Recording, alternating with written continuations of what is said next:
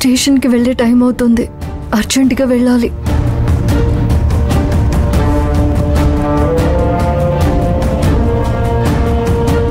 Manju, cup తీసుకో.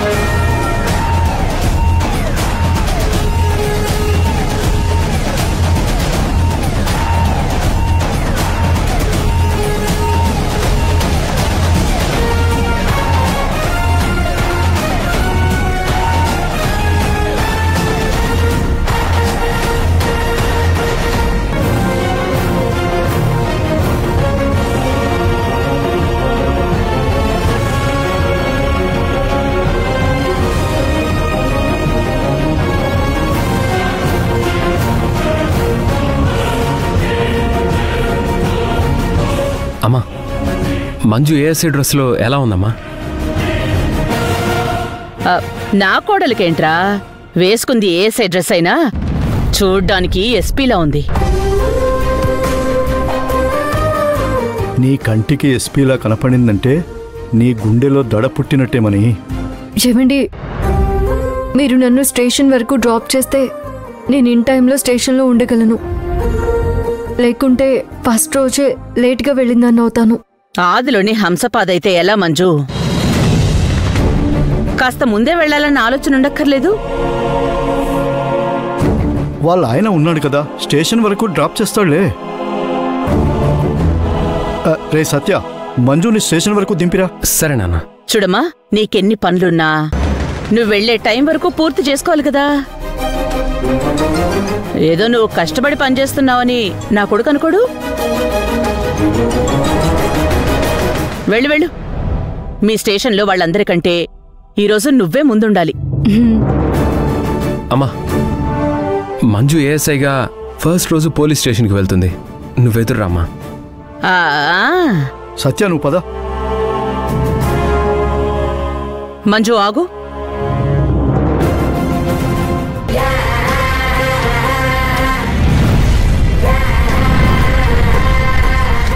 చూడు మంజు, నా కొడుకు హ్యాపీగా ఉన్నంత వరకే నీకు ఈ ఇంట్లో స్థానం. వాడు ఏ రోజు సంతోషంగా ఉండడో ఆ రోజే నువ్వు ఇంట్లోంచి బయటికి వెళ్ళిపోవాలి. అత్తయ్య, నేను నా భర్తని సంతోషంగానే ఉంచుతాను. ఈ ఇంట్లో నాకెప్పుడూ స్థానం ఉంటుంది. మీరు దాని గురించి ఏం టెన్షన్ పడకండి. ఏంటి మని ఆ గుసగుసలు? అవతల అమ్మాయికి టైం అయిపోతుంటేను. అమ్మా, నువ్వెదురురామ్మా. వస్తున్నానరా, కూర్చో. బాయ్ రా. బాయ్ అమ్మా. బాయ్.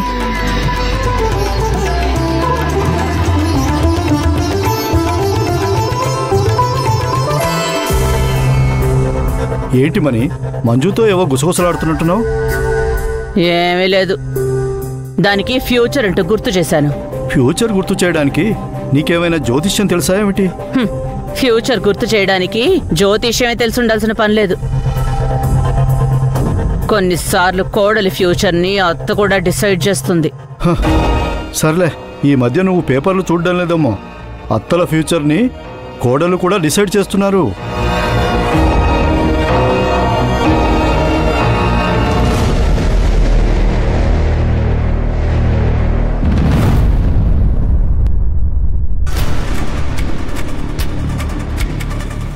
నమస్తే అన్న. రా తమ్ముడు, కూర్చో.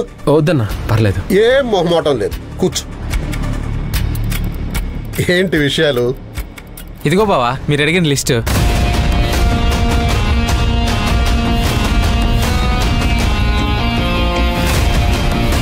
తమ్ముడు, మనకు శత్రువులు అనుకున్న వాళ్ళ పేర్లన్నీ ఈ లిస్టులో ఉన్నాయి. వీళ్ళేదో నన్ను చేస్తారని కాదు, కాకపోతే మన కార్యకర్తలు చేసే ప్రతి పనికి వీళ్ళు అడ్డుపడుతున్నారు. చెవులో జోరీలాగా చెప్పు కింద రాయిలాగా తయారయ్యారు. వీళ్ళందరి ఆట నువ్వే కట్టించాలి.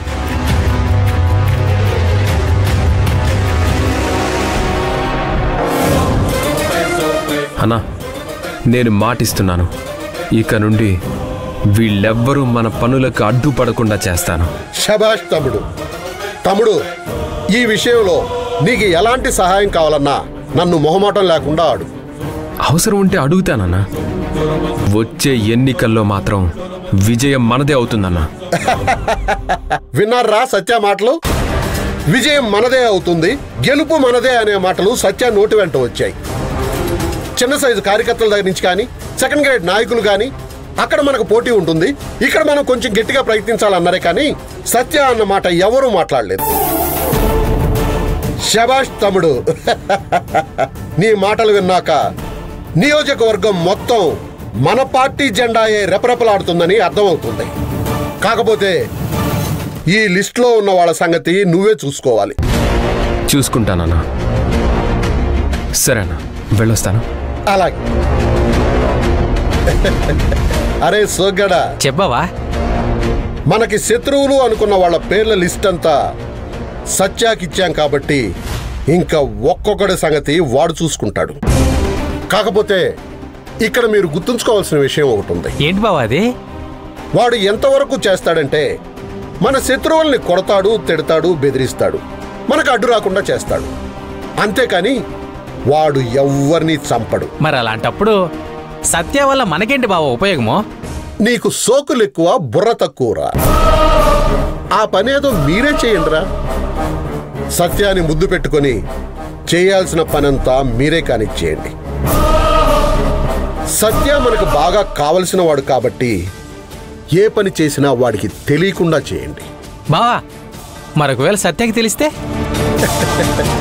వాడికి తెలిసిన మ్యాటర్ ముందు నా దగ్గరకే వస్తుంది కాబట్టి నేనే ఎలాగోలా వాడిని మేనేజ్ చేస్తాను. ఇంకొక విషయం, మీరెప్పుడూ సత్యాకి ఎదురెళ్ళకండి.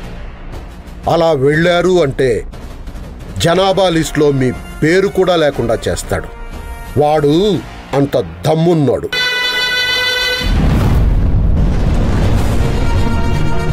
మమతా సార్, నిన్న చెప్పిన కేసుకి సంబంధించిన ఫైల్ తీసుకురా. సార్ ఆల్రెడీ మీకు ఇచ్చాను సార్. మీ ముందున్న ఫైల్ అది సార్. ఏంటో ఏది ఎక్కువసేపు గుర్తుండటం లేదు. ఈయన మతి మరుపుతో చచ్చిపోతున్నాను. పిల్లను చంకల పెట్టుకొని ఊరంతా తిరిగినట్టు చేస్తున్నాడు. మమతా సార్, ఈరోజు మన స్టేషన్కి ఏఎస్ఐ వస్తున్నారంట కదా? అవును సార్. మంజు మన స్టేషన్లోనే కానిస్టేబుల్గా వర్క్ చేసింది. ఇప్పుడు ప్రమోషన్ మీద ఏఎస్ఐ అయింది సార్. సరే, మంచిది. ఆరాల సంధ్య, నువ్వు ఒకసారి ఇట్రా. సార్, ఎవరి ఆరాలు తీసుకురమ్మంటారు? నీ పని ఎవరేం చేస్తున్నారో, ఎవరెట్టెళ్తున్నారో ఆరాలు తీయడమే కదా. నీతో మాట్లాడి నిన్నెందుకు పిలిచానో మర్చిపోయాను. నువ్వెళ్ళు.